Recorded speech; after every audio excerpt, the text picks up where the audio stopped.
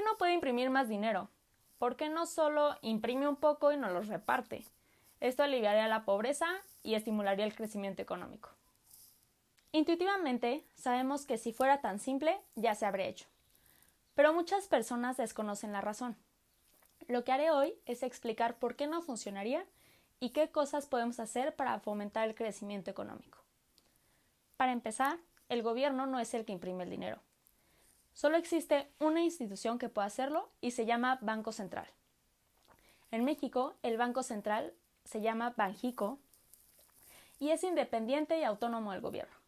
Es decir, el Estado no le puede decir qué hacer ni que le imprima dinero para financiarse.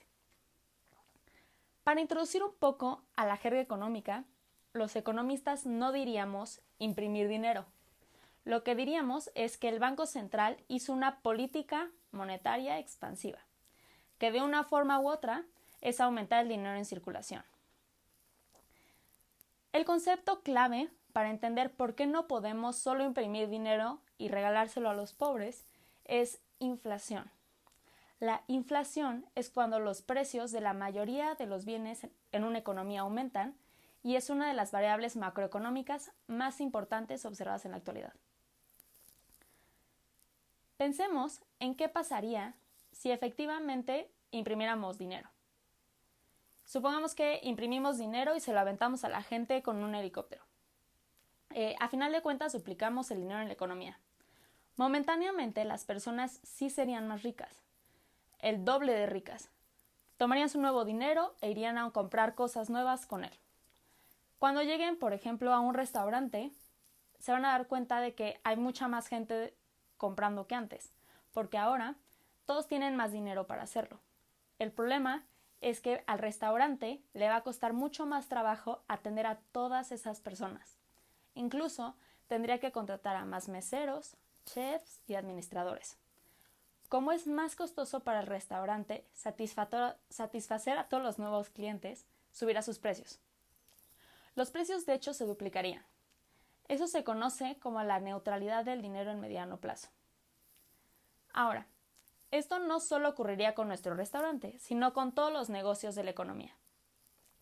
Tendrían que hacer lo mismo porque como demasiada gente tiene dinero que no tenía antes para comprarles, ellos deben expandir sus negocios, lo que aumenta sus costos y por ende ellos deberían aumentar sus precios. Si todos tienen el doble de dinero, pero todo cuesta el doble de lo que costaba antes, nadie es realmente más rico. Nadie es más rico porque el valor no está en el dinero per se, sino en los bienes y servicios que compra. Al imprimir mucho dinero, aumenta la demanda, lo cual aumenta los precios y las personas pueden comprar lo mismo que antes, pero pagando más. El concepto de cuánto puedes comprar con el dinero que tienes se conoce como poder adquisitivo. Pero si el poder adquisitivo se mantuvo igual después de imprimir dinero y momentáneamente las personas sí se hicieron más ricas, ¿por qué no imprimir dinero por siempre para que todo el tiempo seamos momentáneamente más ricos? Esto haría que el dinero perdiera todo su valor y las personas verían que realmente disminuye su poder adquisitivo. El problema no es que haya un poco de inflación. De hecho, cuando está controlada puede ser un indicador de que la economía está funcionando sanamente. El verdadero problema es la hiperinflación. La hiperinflación es el aumento descontrolado de los precios. Es cuando la inflación es más de 1000% anual. Para poderlo comparar con algo, la inflación en México es más o menos 3% anual, o al menos ese es el objetivo. Tomemos el ejemplo de hiperinflación en Alemania en el año de 1920. Llegó el punto en el que costaba 4.2 billones de marcos alemanes comprar un solo dólar estadounidense. Entonces, si tenías 4.2 billones, no eras una persona rica. Probablemente solo podías comprarte un refresco. El Banco Central siempre tiene en mente mantener la inflación controlada para evitar llegar a los extremos de la hiperinflación. Porque en ese punto, el poder adquisitivo de las personas se desploma, ya que el aumento de los salarios no sigue el aumento de los precios. Imprimir dinero y regalárselo a la gente podría generar riesgos de hiperinflación, dejando a las personas, de hecho, peor de lo que empezaron. Ahora, hablemos un poco acerca de la inflación. Los bancos centrales tienen el encargo de mantenerla constante en el tiempo. Por ejemplo, Banxico debe mantenerla en 3% con un rango de más menos 1. En el Reino Unido y Estados Unidos, la inflación objetivo es de 2%. ¿Por qué querríamos que los precios de la economía estuvieran aumentando constantemente? Porque el objetivo no es que sea cero o negativa. Si la inflación fuera cero, los precios no cambiarían y si fuera negativa, disminuirían. ¿No es mejor eso? Sería prácticamente imposible mantener una inflación de cero por 4 principales razones. 1. Costos. Los costos de los insumos que usan las empresas para producir varían mucho. Con que uno solo de los insumos cambie el precio, se desata una cadena inflacionaria porque las empresas que le siguen comprando esos insumos tienen que también ellos subir sus precios. 2. Demanda. Si aumenta el número de personas que quieren un producto, las empresas, para poder producir más, deberán subir sus precios. Entonces, cada vez que algo se vuelve popular, aumenta su precio. Si esto pasa con muchos bienes y servicios en una economía, puede generar inflación. 3. Los salarios. Los salarios aumentan todos los años porque los precios aumentan. Entonces la gente está acostumbrada a que les vayan haciendo esos aumentos en su salario.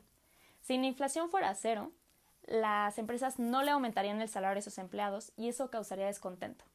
Si hubiera inflación negativa, o también conocida como deflación, y se mantuviera por suficiente tiempo, las empresas deberían reducirles los salarios a sus trabajadores año con año porque no pueden seguir pagando lo mismo y cobrar menores precios.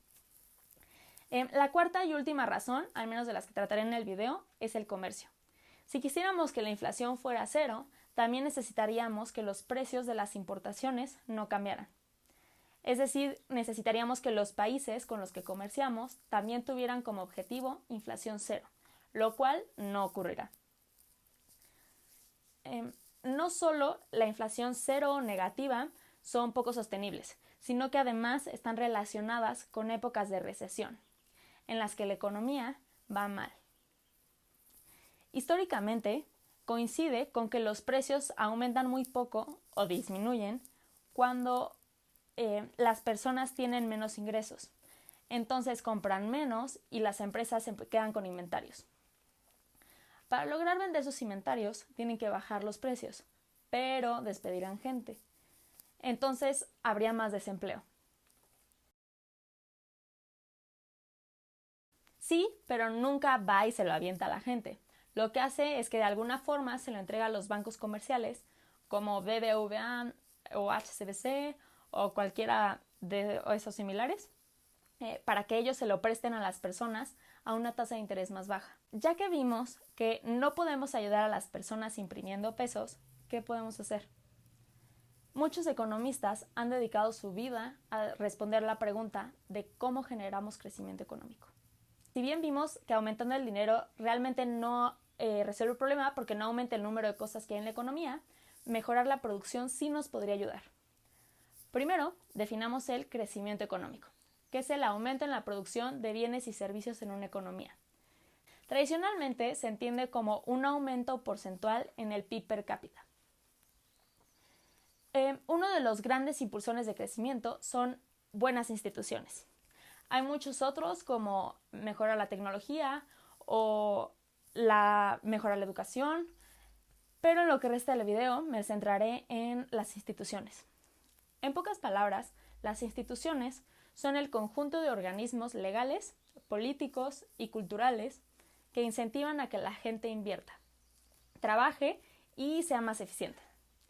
La explicación más larga es que las instituciones son organismos que velan por el buen funcionamiento del interés público.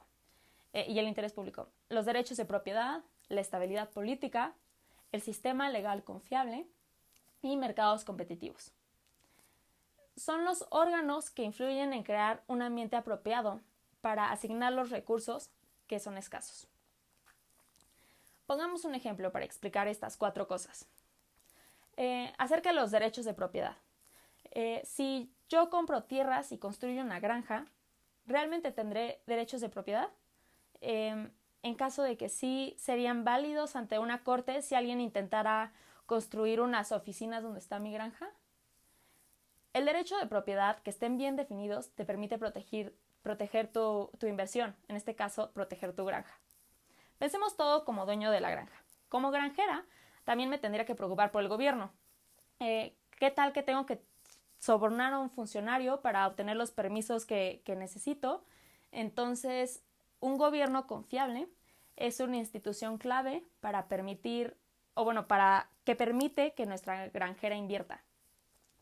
Un sistema legal confiable le permite a nuestra granjera ejercer contratos y prestar dinero. Entonces ahí ya mencionamos varias de las instituciones. Como conclusión, el Banco Central, que imprima dinero y se lo regala a la gente, no nos hará estar mejor por culpa de la inflación, que es este aumento de los precios. Algo de inflación es normal, pero si sale de control se llama hiperinflación y hace que la gente pierda poder adquisitivo, causando revueltas y hasta revoluciones. Si en cambio queremos mejorar el crecimiento económico, una de las formas de hacerlo es mejorando las instituciones, que significa mejorar las oportunidades para la inversión confiable y los incentivos a crear en la sociedad, que es con lo que mencionamos de mercados competitivos, poder político estable y todos estos aspectos de cómo podemos mejorar realmente el crecimiento económico, que no es imprimiendo dinero. Nos vemos.